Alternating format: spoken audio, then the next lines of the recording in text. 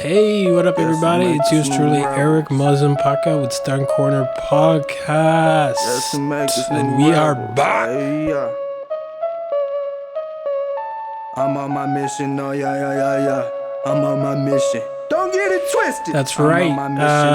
This Saturday, we're going to start off with a very special guest. I cannot wait. This episode is just more of an overview of what to expect. We are on a new platform, Spotify, and so I would just like to take a moment to say happy 2022, happy February to everybody. And I thought this episode I might just kind of go into how I got into stunts. You know, a quick episode, a little tidbit, something just to kind of get the ball rolling for this new year. So I moved over to Vancouver in 2013. And around that time, I was actually preparing to run across Canada. It was 7,000 kilometers. I finished a 630 kilometer run across Vancouver Island. And the run was for the next Woodstock in Kigali, Rwanda. I thought I would have that concert done by 2014. Kind of show you how eager of a bastard I was in my 20s. But I had no inclinations of film. I had no inclination of stunts. I've been a lifetime martial artist. So I was fortunate to already have the skill set coming into the industry. And, grew up doing capoeira with Ashe Capoeira. And a very, very prominent group in the world of capoeira. My teacher growing up, Tashta, who's a very special mentor in my life, really kind of gave me the keys. That and my older brother, they both kind of gave me the keys to discipline and motivation, and they just really saved me. They saved my ass. I don't know how much I'm gonna get into it, but when I was about 19, I dealt with depression like a lot of people out there, and let's just say I tried to take some pills, tried to exit stage left, and just tried to depression kind of got the better of me at that point in my life. And suicide seemed like the logical way out, which it never is, but just to be open and honest and have a dialogue of just where I was at in life. So around that time, 19, I started painting, which for some of you know that I am a artist as well, fine artist, and I do a lot of oil and acrylic paintings. And so between athleticism, martial arts, and the arts, those were the tools that kind of saved me. For anyone out there that kind of dabbles in the arts, kind of understands what I mean. Like, it's a form of expression that allows you to kind of get out of your own head. And so a few weeks after, trying to take all these pills, a buddy of mine saw some of the sketches I was doing, because at the time I was working as a residential care attendant. I was doing my practicums, working in retirement homes, taking care of the elderly. And what I would do is I would draw some of these residents. And excuse me. And during the drawing these residents, I would bring some of the sketches back home, and he saw some of them and was like, "Hey man, I got some canvases at my house. If you're interested in like exchanging some art for some art supplies." So I was like, "Yeah man, I'll give you a painting for some art supplies." So he dropped them off, and I went on YouTube and Googled how to oil paint. You gotta love the internet. And so I ended up being a student of YouTube and learning how to use oil paints. And I did a portrait of a Maasai warrior for my first painting. And people are like, holy shit, man. This is pretty good for a first painting. and that's kind of how I got into the art. And within 6 months, I hosted my first art show. You know, it gripped me. I found this art form that really allowed me to express myself, and I just threw myself into it. And any young individuals listening, I think the primary purpose of your 20s is to fuck up. I think it is to learn from your mistakes. It's to explore. It is to fail. It is to learn. It is to grow.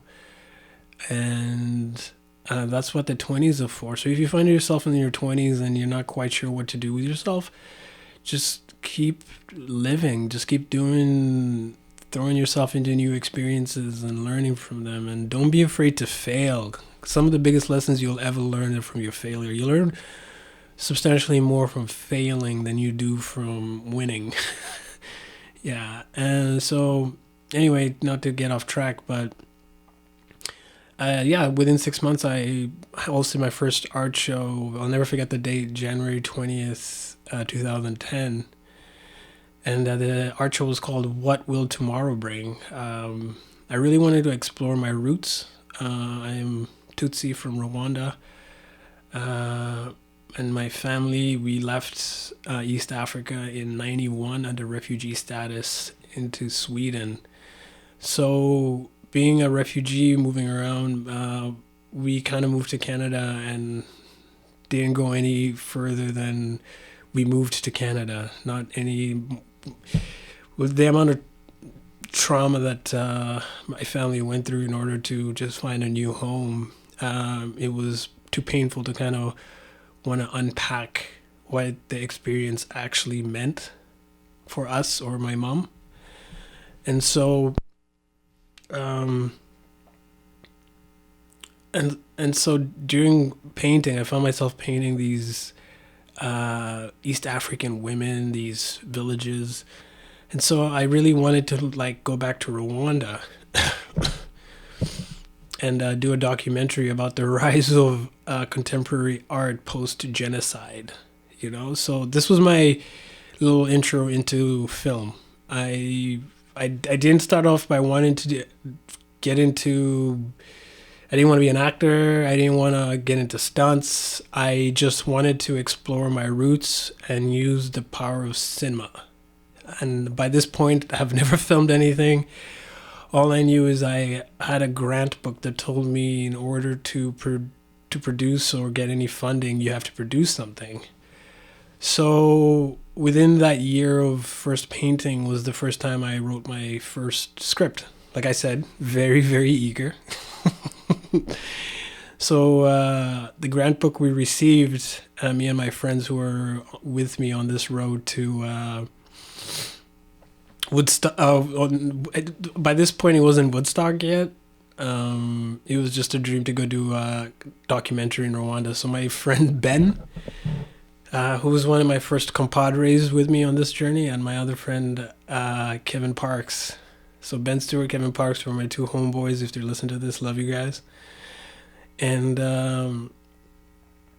growing up in Victoria, which was a very supportive community. You know, they really kind of, like the old saying, it takes a village. They really kind of made me feel safe to explore these parts of myself. And so after our first art show, I received a grant book saying in order to get any funding for a documentary, I need to have produced something. So while I was working at one of these group homes with my older brother, Cassius, who's a living saint, told me a story about his first day of school in Sweden and how he got on this bus and,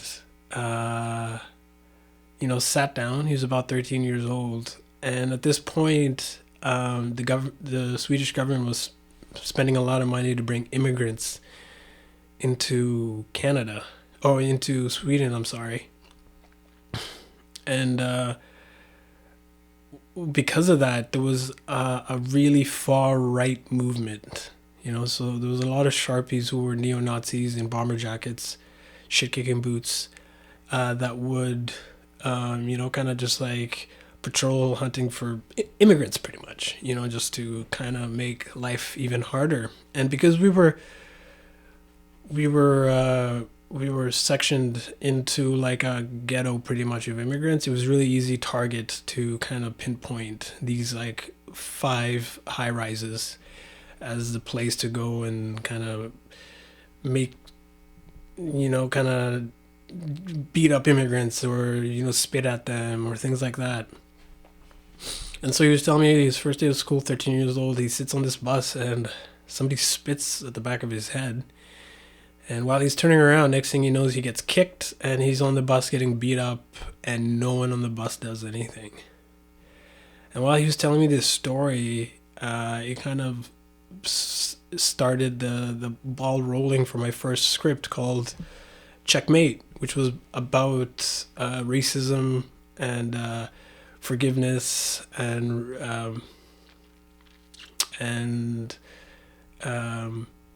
what's the word I'm looking for here? Like forgiveness, racism, and the opening of the scene is me in a bus stop getting shit kicked by my fellow buddy and partner in crime, Patrick Anderson, who was a really good friend of mine growing up, who did martial arts with me. He played the actor for the short, which is a whole other tangent that I can't get into right now, getting that off the ground. But anyway, we spend about 2.5 weeks shooting this short that ends up getting played in the Los Angeles Cinematic Festival. And around this time, I lost all my ID, so I didn't have any identification whatsoever. I just lived in this studio basement, or this art studio, which wasn't really a studio. It was kind of just like a place where this event center would keep all their old shit. So I kind of lived there and made a little corner and painted there. My rent was painting a mural in the back of this building. And so we get this short off the ground and it gets passed around. And at this time, the director that helped me make it happen, Michael Worth, rest in peace, was the first person that I ever collaborated with on film. And still by this point, no idea. I didn't want to be an actor. I just wanted to go to Africa. Like that was my priority, was just I want to go to Africa. And so some time goes by. They go to LA to like Mia Golden and Patrick Henderson and another actor went to LA in order to kind of endorse the film, talk about it.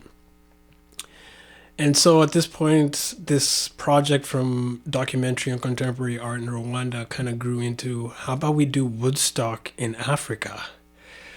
That would be amazing, right? Like a hologram of Martin Luther King. I have a dream.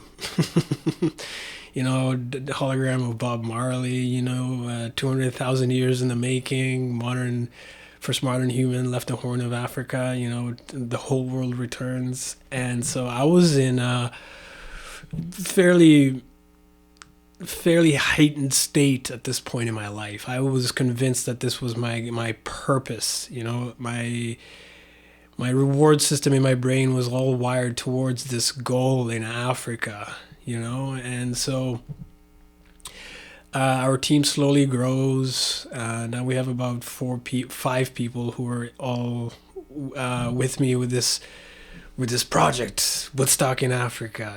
Think 121. Bringing everybody back to the motherland. And so I was absolutely taken by this. No other food that didn't even prioritize on top of what the goal was. I would have to have people remind me to eat because I was so driven about this goal. And so I'm preparing, and so at this point I'm like, well, how do we advertise this? How do we get people to know about this? I was like, I know how to do it. I'm gonna run across Vancouver Island with a sign on my back. So so I spent like, I didn't really train that much. I was, track athlete growing up in high school. Provincials. I was all around athlete. So coming from East Africa, I was like, I just genetically felt like I just could run. Like I didn't need too much training for it. And and just a short stop here. This all actually kind of leads to how I got into stunts, funny enough. So, like I said earlier, like, I had no inclinations of getting into it. I was usually, like, it feels like I never know where I'm going. I just end up where I need to be. And so at this junction in my life, I was just training to run across Vancouver Island. So, you run a 56-kilometer run here. I had Studio 4 Athletics, my mentor, Tashda, my older brother, like, they were all training me for this, supporting me. And the first day I went up for this run, my mentor, Tashda, Kevin Brett from Studio 4 Athletics, he drove me up to the St. Joseph Bay, the very tip, the very northern tip of the island. And we camped out. And next thing I know, I would have a spotter driving up every 5 kilometers, and then I would run, meet them. And the first day I covered 70 kilometers. Second day I covered 55 kilometers. And then the third day I covered 50 kilometers. So I covered approximately 180 kilometers in the first 3 days and completely blew my knees out. And at this point, I didn't realize that I was running ultra marathons consecutively. So I spent the next 2.5 weeks getting different spotters to kind of come drive up, meet me, run. And I could spend an entire episode just talking about that run. But so I meet all these amazing people during the run. I'm running without any identification. I have a sign on my back saying, running for Woodstock in Rwanda 2014, change, not fear. At this point, I was probably about 24, turning 24. And so, after this run, we managed to raise $75. So 630 kilometers, 330 miles, and we raised $75. And so I failed. I failed big. If you're gonna fail, you better fail big, which I did. And after we kind of regrouped and kind of figured out, well, what do we do next? I was like, well, clearly the next obvious step is to run across Canada, So around this time, the sound guy who Darcy, who was running sound for our first short film, calls me up, and he's like, hey man, I got this project I gotta shoot, but there's another one I gotta take. So do you want to learn how to run sound? And so I can, so you can get some quick money, and I'll go do this other job. So I was like, yeah, for sure, man. So I show up to this house. He spends about 25 minutes teaching me how to run sound. And it's for a horror movie that's going to be shooting at this beach. So it's going to be about a 4-day shoot. And, it's my first time running sound. And so the group's waiting for the makeup artist. And so we are sitting there waiting, and all of a sudden this car pulls up, and this lady walks out, and I'm like, holy shit, Tanisha. Tanisha was a really good friend of mine in high school. And we're like, holy shit, it's been so long. How's everything going? How's the run, you fucking idiot? And so we were just catching up, talking, chatting, and then she's just signed on with this new agency, and she's like, hey, so I got this new agency I just signed with, and they're looking for some like new faces and some new people, and I told them about you. Would you be interested in meeting them? And this is how I got into film. There was a random sound job I took on Vancouver Island from the sound guy that was working on my short, because we wanted to go to Africa and have a Woodstock. So like most guests you're going to hear on this podcast, not all of them have the same story of how they got in. And so I joined with this agency, and I start going out for auditions, And so at this time, I'm not really thinking much about it. And I'm training like a savage to do this run across Canada. I'm convinced I'm training hard, I'm going at it, I'm going to be the first immigrant to run across, 7,000 kilometers. Patrick Henderson's going to be my road crew. We're going to organize it. We're going to have an RV, and I'm ready. I am ready for this run.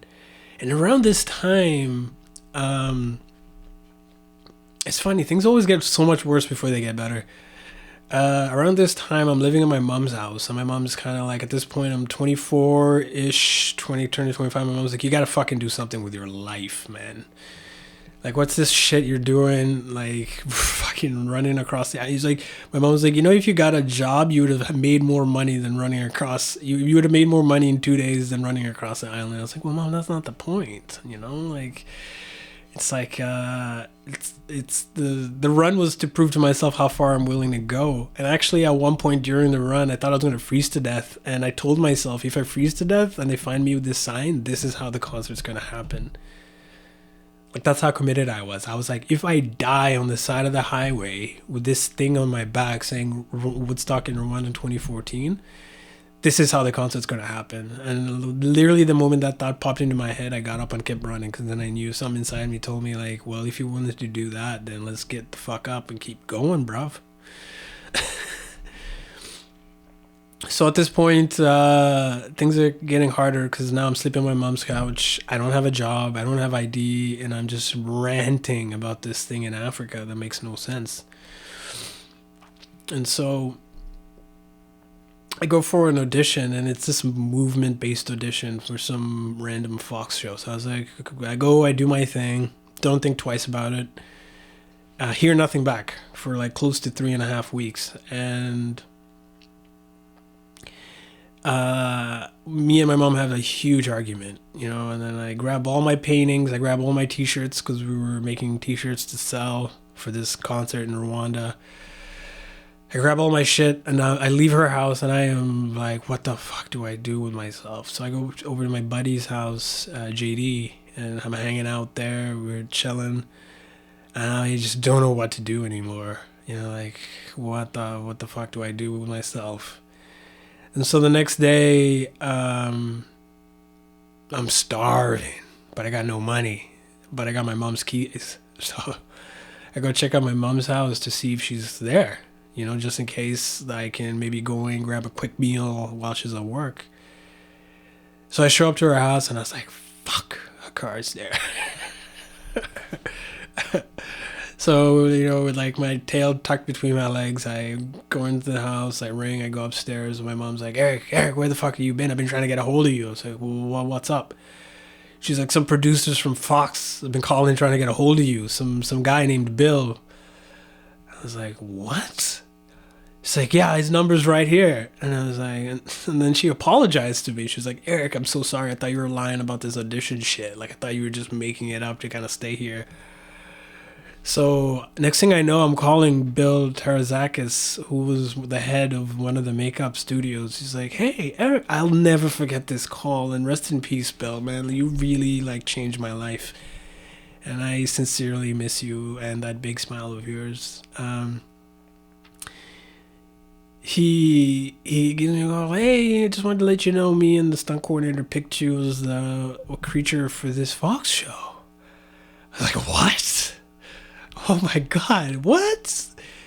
And then I'm crying on the phone. He's like, yeah, when can you come in for a makeup test? And I don't even know how to take this information in because I wasn't thinking about it. I was just, the getting into stunts, acting, I wasn't even in my peripherals. And I was just wanting to go to Africa. And that's how I kind of got into stunts. That's when I met my first stunt coordinator. And you can't like the two things I had going for me was I had the years, the two plus decades of martial arts under my belt. Like I started martial arts when I was 12, and that really helped kind of solidify the tools I needed. Like if my older brother didn't force me to come to classes with him, I would have never had a job right now, being in an industry that is incredible. That I get down on my knees and thank every day I get to get an opportunity to go to work, because it's just something that I can't even describe. And so for anyone out there that's wanting to get into stunts or become a stunt performer or film, there's no one road. Like I think the first thing you have to have is, do you have a skill set that you have mastered over time? You ask yourself that. Have you dedicated blood, sweat, and tears to a craft that can help in the industry? Because coming into the film industry is about having the skill sets to help tell a story, and I could have never planned the route. I was planning to run across Canada and I just happened to be in the right shape. I happened to get the right opportunity. And like Ernest said in one of the earlier episodes, Ernest Jackson, he said, you have to be good to be lucky, and you have to be lucky to be good. And so with that being said, that's kind of how I found myself in stunts. Was a passion to go and, reunite the world in Africa, this grandiose dream that kind of motivated me, that got me up every day and got me going. And then just before I'm about to start my Canada run, I booked my first show playing a creature running through the forests. So yeah, that's how I got into film. That's how I got into stunts. That's how I got into acting. That's how I got here to have this podcast and tell this story. And with that being said, thank you so much for everyone for listening. And I can't wait to show you guys who I got coming this Saturday. Let's just say it's a super guest. And looking forward for this year for all the amazing interviews we're about to have. And also make sure to subscribe and keep track. And also we will be on YouTube as well, but this episode is only going to be on Spotify. And once again, thanks everybody, and remember, master that craft, whatever it is, and you learn more from your mistakes than you do